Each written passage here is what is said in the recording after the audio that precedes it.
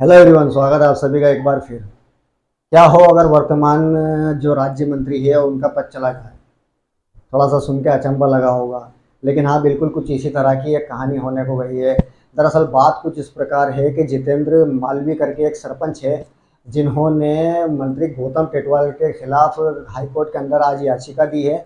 और उनके वकील ने जो कहा है वो आप खुद सुनिए। मैं इसके बाद आपको वीडियो में सुनाऊंगा, लेकिन उससे पहले आपको बता दूं कि जो जितेंद्र मालवी है उन्होंने उनके मंत्री गौतम टेटवाल के खिलाफ जो याचिका दी है, उसका आधार बनाया है, उसको आधार उन्होंने बनाया है जो इनके रिश्तेदार हैं उनके एविडेंस के आधार पर उन्होंने मंत्री गौतम टेटवाल जो कि वर्तमान में राज्य मंत्री है उन पर निशाना साधा है।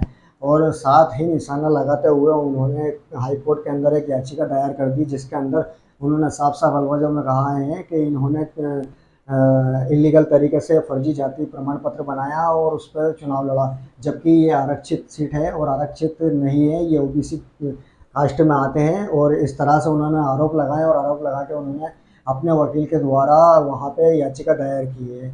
सुनिए आप उनके वकील की बात और उनके वकील की जुबानी क्या कहते हैं वो, और क्या इसमें मोड़ आने वाला है। सुनिए वकील साहब की बात।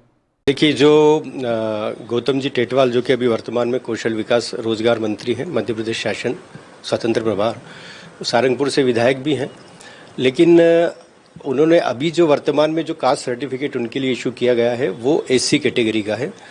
लेकिन जो इनकी जो ओरिजिनल जो जाति रही है, जो डॉक्यूमेंट्स कहते हैं, वो जिनगर जाति रही है, जो कि ओबीसी श्रेणी में आती है, पिछड़ा वर्ग में आती है।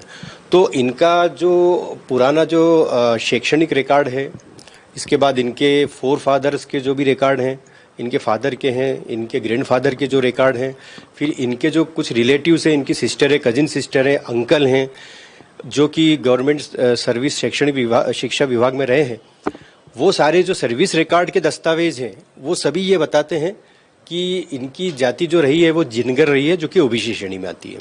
तो ये सारे दस्तावेजों को इकट्ठा करके पूर्व में भी इनके विरुद्ध शिकायत हुई है, और वो शिकायत जो हुई वो फिर जो एक इसकी अथॉरिटी रहती है वो शिकायत जाती है छानबीन समिति के सामने, जो एक स्क्रीनिंग कमेटी रहती है।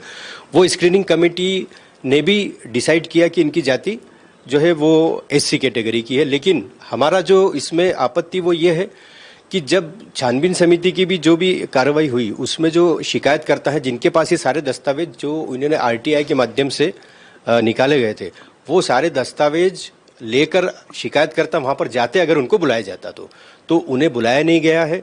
तो ये एक तरफा जो निर्णय हुआ है ना, मतलब अपॉर्चुनिटी ऑफ हियरिंग देना चाहिए, जो कि नेचुरल जस्टिस का उल्लंघन है। तो इसी बात को लेकर ये याचिका दायर की गई है। और सारंगपुर के जो है जितेंद्र जी उनके द्वारा ये पिटीशन लगाई गई है।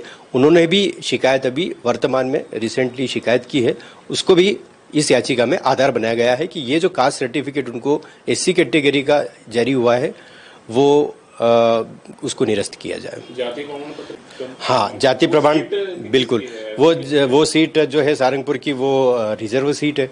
तो अगर जाति प्रमाण पत्र एक बहुत मतलब आज की तारीख में उनकी मतलब एक महत्वपूर्ण दस्तावेज हो गया है और उसकी सारी सुविधाएं का लाभ वो प्राप्त कर रहे हैं।